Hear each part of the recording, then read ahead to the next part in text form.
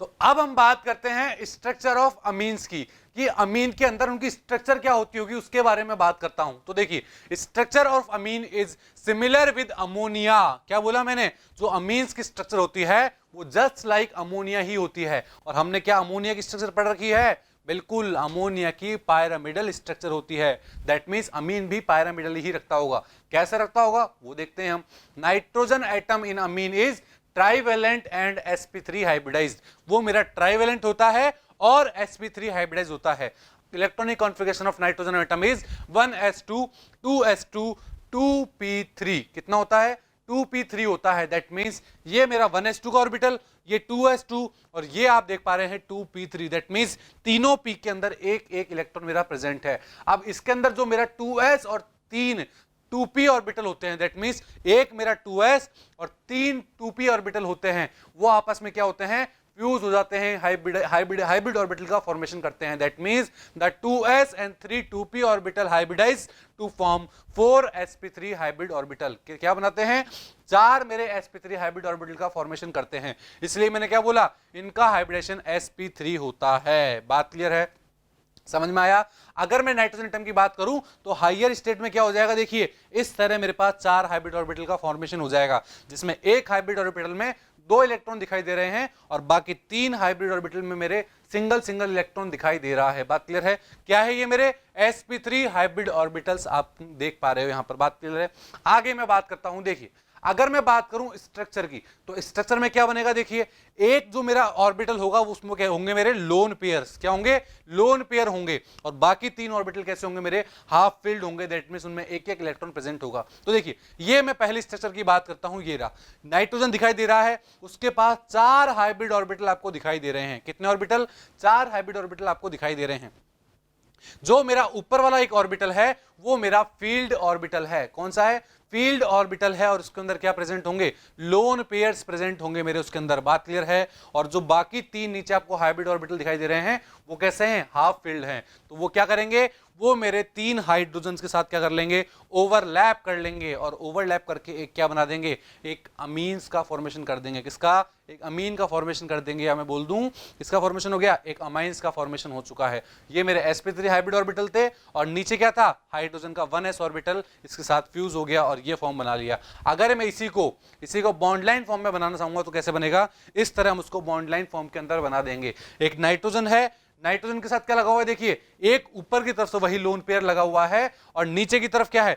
2 मेरे H लगे हुए हैं और एक R ग्रुप लगा हुआ है। दैट मींस एक एल्काइल पार्ट लगा हुआ है। बात क्लियर है? तो ये हमने उसको बॉन्ड लाइन में पढ़ लिया और ये उसका हमने ऑर्बिटल व्यू भी देख लिया है। बात क्लियर है? That means 3 of these sp3 hybrid orbital contain 1 electron each which form sigma bond by overlapping with sp3 of R group और sp2 of aryl group। क्या बोला मैंने? जो आपने इस ऑर्बिटल स्ट्रक्चर के अंदर नीचे की तरफ जो आपने 3 हाइब्रिड ऑर्बिटल देखे थे sp3 हाइब्रिड ऑर्बिटल, वो क्या करेंगे? या तो एल्काइल ग्रुप के sp3 के साथ ओवरलैप कर लेंगे, या हाइड्रोजन के साथ ओवरलैप कर लेंगे, या फिर कोई एराइल ग्रुप के साथ ओवरलैप कर लेंगे। वो डिपेंड करता है कि हमने कौन सी टाइप की अमीन का फॉर्मेशन किया है। और जो मेरा 4th sp3 हाइब्रिड ऑर्बिटल होगा, the 4th sp3 hybrid orbital contain a lone pair of electron. क्या होंगे वहां? लोन पेयर ऑफ इलेक्ट्रॉन होंगे। So due to the presence of lone pair, the angle between carbon, nitrogen and any group, carbon, nitrogen और any group decreases from tetrahedral angle। जो हमारा tetrahedral angle होता है 109 degree 28 minutes, उससे थोड़ा क्या हो जाएगा?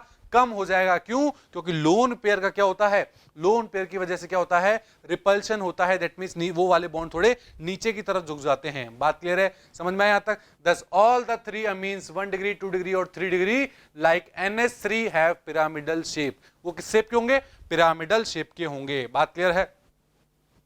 जैसे मैं बात करता हूं, देखिए कुछ स्ट्रक्चर्स की। एक मैंने स्ट्रक्चर ली ये वाली, इसमें क्या देख पा रहे हो आप? नाइट्रोजन के ऊपर क्या है, लोन पेयर प्रेजेंट है और 3 बॉन्ड उसने नीचे की तरफ बना रखे हैं, एक R लगा हुआ है और 2 H लगे हुए हैं। बात क्लियर है? तो जो R लगा हुआ है वो कौन सी ओवरलैपिंग हुई होगी बताइए, sp3 ओवरलैपिंग हुई होगी। जो एक H लगा हुआ है वहां कौन सी हो जाएगी, 1s sp3 ओवरलैपिंग हो जाएगी, और जो दूसरा H लगा हुआ है वहां भी मेरी 1s sp3 हो जाएगी। दैट मींस नाइट्रोजन का sp3 हाइब्रिड ऑर्बिटल और हाइड्रोजन का 1s ऑर्बिटल आपस में ओवरलैप करके इस मॉलिक्यूल का फॉर्मेशन किया है। सेकंड में बात करता हूं, देखिए इसकी, इसमें क्या है बताइए, एक नाइट्रोजन है, नाइट्रोजन के ऊपर लोन पेयर लगा हुआ है, एक लगा हुआ है मेरे पास aryl group, that means benzene part, वो कौन सा होगा, sp2 sp3 ओवरलैपिंग से वो बना है। एक हाइड्रोजन लगा हुआ है, हाइड्रोजन में कौन सा होगा, 1s sp3, और एक R लगा हुआ है एल्काइल, मतलब sp3 sp3 ओवरलैपिंग हो जाएगी वहां पर। समझ में आया यहां तक? और देखते हैं इसके अंदर एक स्ट्रक्चर और बात करता हूं मैं। देखिए इस स्ट्रक्चर में क्या देख पा रहे हो आप, जो मेरा एक नाइट्रोजन है उसके ऊपर एक लोन पेयर प्रेजेंट है, एक मेरा कौन सा ग्रुप लगा हुआ है, R ग्रुप, जिसको हम बोल देंगे sp3 sp3 ओवरलैपिंग, दूसरा मेरा R ग्रुप लगा हुआ है उसको हम बोल देंगे sp3 sp3, और तीसरा मेरा हाइड्रोजन लगा हुआ है जिसको हम बोल देंगे 1s sp3 हाइब्रिड ऑर्बिटल। बात क्लियर है? तो समझ में आया किस तरह इसके स्ट्रक्चर को ड्रॉ किया जाता है और किस तरह उसका हाइब्रिडाइजेशन होगा साइड ग्रुप का, वो डिपेंड करता है हमने कौन सा ग्रुप ले रखा है। अगर एल्काइल ग्रुप ले रखा है तो sp3 sp3 हो जाएगा, अगर एराइल ग्रुप ले रखा है तो sp2 sp3 हो जाएगा, और अगर हाइड्रोजन ही प्रेजेंट है तो 1s sp3 ओवरलैपिंग हो जाएगी। बात क्लियर है? अगर मैं बात करूं 3 डिग्री अमीन की, in case of 3 degree amine, due to steric hindrance between the 3 bulky alkyl group, the bond angle increase and become greater 108 degree. क्या बोला मैंने? जो मेरा 3 डिग्री अमीन होता है उसमें जो बड़े बड़े लार्ज ग्रुप होते हैं, मेरे अल्काइल ग्रुप होते हैं, उनके बीच में क्या होता है, स्टेरिक हिंड्रेंस होता है, या मैं बोल दूं रिपल्शन होता है।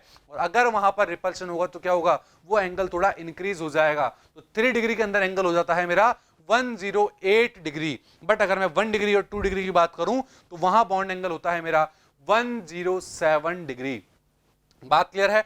जैसे मैं एग्जांपल की बात करता हूं, देखिए एक मैंने एग्जांपल ये लिया 1 डिग्री, एक ये लिया मैंने 2 डिग्री, और एक ये मैंने लिया 3 डिग्री। बात क्लियर है? तो 3 डिग्री के अंदर जो मेरा एक बॉन्ड एंगल होगा आर एन आर के बीच में, वो होगा मेरा कितना बताइए, वो मेरा बॉन्ड एंगल होगा 108 डिग्री। कितना? 108 डिग्री। और मैं जो अगर 1 डिग्री और 2 डिग्री अंदर बात करूं तो यहां आर एन आर के बीच में बॉन्ड एंगल होगा 107 डिग्री। कितना होगा? 107 डिग्री बॉन्ड एंगल हो जाएगा। दैट मींस अगर मैंने बात करी है ट्राई मिथाइल अमीन की, जो मैंने 3 डिग्री लिया था ट्राई मिथाइल अमीन, वहां बॉन्ड एंगल 108 डिग्री आया था, और जो मैंने 1 डिग्री और 2 डिग्री लिया था उसके अंदर बॉन्ड एंगल मेरा 107 डिग्री ही आया था। बात क्लियर है? तो ये बात थी हमारी किसकी, स्ट्रक्चर ऑफ अमीन की, जिसके अंदर हमने सबसे पहले इंट्रोडक्शन पार्ट देखा कि अमीन क्या होते हैं, प्राइमरी सेकेंडरी टर्शरी, एल्काइल अमीन, एलिफेटिक अमीन, एराइल अमीन, इन सब के बारे में बात करी, और उसके बाद हमने देखा कि स्ट्रक्चर ऑफ अमीन क्या होती है, किस तरह इसको ड्रॉ किया जाता है, कैसा बॉन्ड एंगल होता है, कौन सी ओवरलैपिंग होती है, इन सब को हमने डिस्कस कर लिया है। आई होप आपको समझ में आया होगा। Thank you.